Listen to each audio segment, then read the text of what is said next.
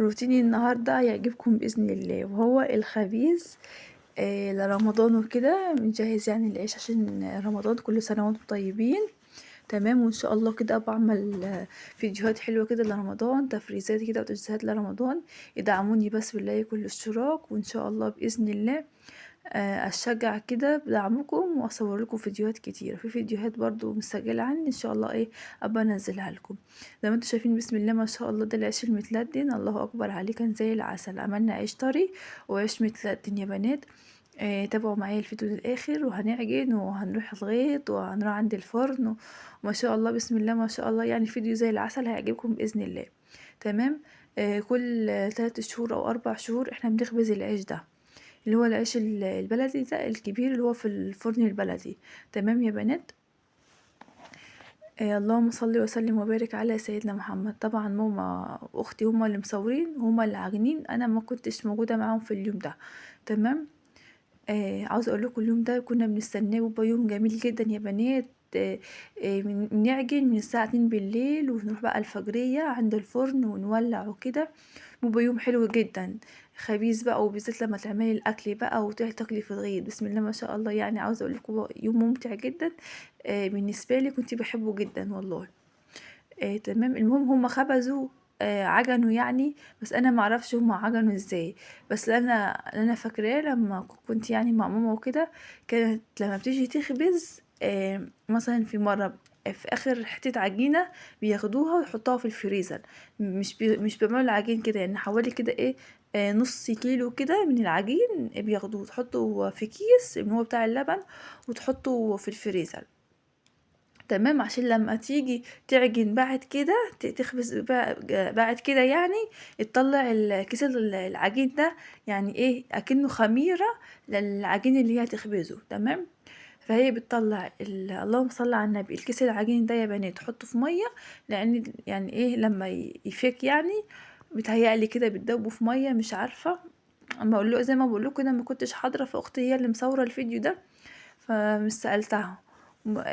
الدقيق بقى بيبقى دقيق غلة ودقيق قدرة ودقيق زيرو، بخلطهم على بعض. تمام، ومية بملح والخميرة والكيس العجينة اللي انا قلت لكم عليه. تمام. فما بقى بيبدأوا بقى يعجنوا كده واختي بقى هي اللي عجنت. تمام. وانا زي ما قلت لكم ما كنتش موجوده في اليوم ده، كان نفسي جدا ان انا اكون موجوده، بس يعني كنت يعني انا بعيده عنهم، يعني المسافه بيني وبينهم بعيده عنهم، فما روحتش يعني. تمام. عاوز اقول لكم بقى اليوم ده، عاوز اقول لكم يعني حاجه كده. بسم الله ما شاء الله، قمر، بحبها جدا. ريحه الفرن كده وهو شغال، وبالذات بقى في اخر الفرن لما بنخلص خالص.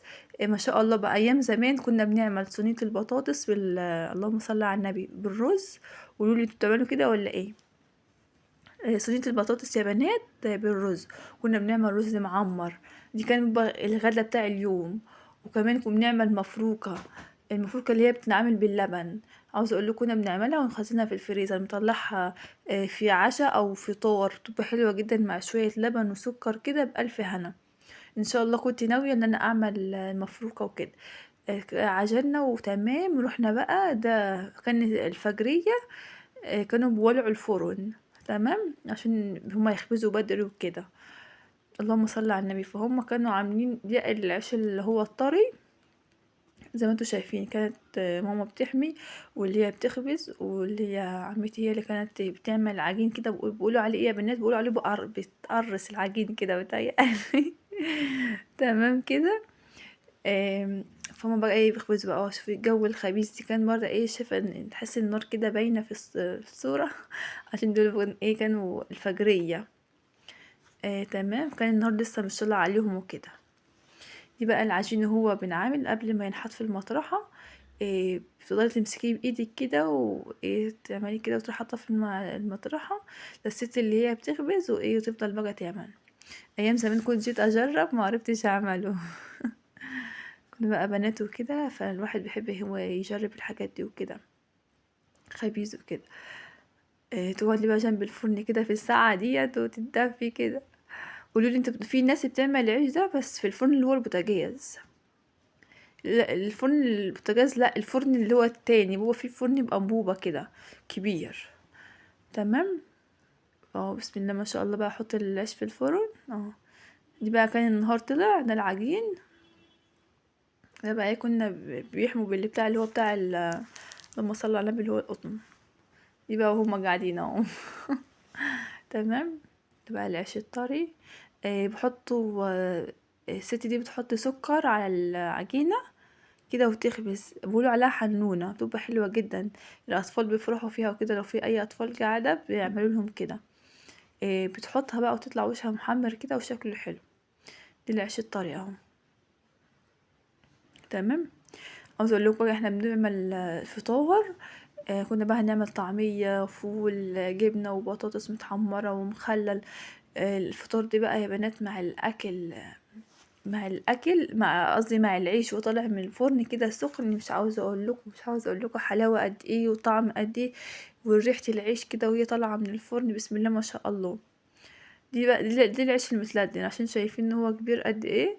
في ست بتعمل العيش على مطرحه صغيره، وبعد كده تديه للست اللي هي قدام الفرن وتحطه على المطرحه الكبيره، وبقى تمسك بقى بالمطرحه الكبيره بقى تكبر العيش بقى، واللي هو العيش المتلدن. تمام. بتطلعه من الفرن بقى، بيكون في واحدة ست تانية هي اللي اللهم صل على النبي، بتعمل العيش المتلدن الكبير ده. تمام. هتشوفوها دلوقتي. اللهم صل وسلم وبارك على سيدنا محمد. ايه رأيكم بقى بالروتين الحلو ده؟ روتين الخبيز قبل رمضان وكده، علشان برضو العيش ورمضان وكده. ممكن تعمليه في البيت لو عندك فرن في البيت، بس احنا بنجيب ست هي اللي بتيجي اللهم صل على النبي، تيجي تعمل العيش ده. شايفين اهو دخلته الفرن. بسم الله ما شاء الله. عشان دي بقى رغيف كبير، فواحد بس اللي بيطلع بتجيب تاني، انما العيش الطري ممكن تدخل 3 مع بعض. ايه رأيكم بقى في الفيديو ده؟ مستنية رأيكم في الكومنتات، قولوا لي انتوا بتعملوا كده ولا ايه، وبتخبزوا العيش ده عشان رمضان وكده ولا ايه. تمام. وان شاء الله كده شجعوني كده واصورلكم تفريزات رمضان كده، احنا مع بعض يعني. الايام الجايه كده نشجع مع بعض. لو وصلتي معايا هنا ولسه ما اشتركتيش في القناه، يسعدني ويشرفني تشتركي في قناتي وتكتبي لي كلمه حلوه كده. هو العيش المتلدل اللي انتوا شايفينه فوق ده يا بنات. تمام. اهي هو ده العيش المتلدل، الست مسكته شايفين بسم الله ما شاء الله. خلصنا بقى خبيز وكل حاجه. ماما بقى بعتت لي اللهم صل على النبي العيش الطري، هي قالت لي ابعت لك متلدل، قلت لها لا مش عاوزه متلدل، هو طري بس، بخزنه واحطه في الفريزر وكده. تمام. زي شايفين بسم الله ما شاء الله. بجيب بقى الاكياس اللي هي الكبيره او الاكياس التلاجة. تمام. التلاجة اللي هي الكبيره يا بنات التلاجة انتوا شايفينها قدامكم ده تلاجة ايه، بس دي اكياس كبيره من هي بتاعه العيش، او ممكن اللي هي بتاعه البسكوت، بتفرزي فيها العيش وتحطيه في الفريزر. عاوزه اقول لكم بيقعد معايا شهرين 3. وبيجي اوقات يعني احنا بنجيب برضو عيش من التاني اللي هو البلدي، او العيش اللي هو الآلي، وساعات العيش اللي هو الابيض ده. تمام. بنسخنه يعني مرة كده ومرة كده ومرة كده، وبألف هنا وشفا. وكده الفيديو بتاعي خلص. مستنية رأيكم في الكومنتات. اشوفكم على خير، مع السلامة.